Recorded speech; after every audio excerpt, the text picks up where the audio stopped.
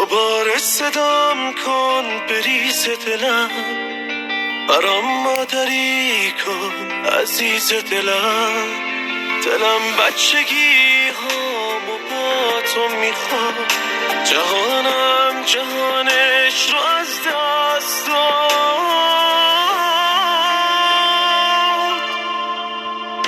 خدا مادرها رو کجا میبره، کمونم یه جا از بهشت بهتره.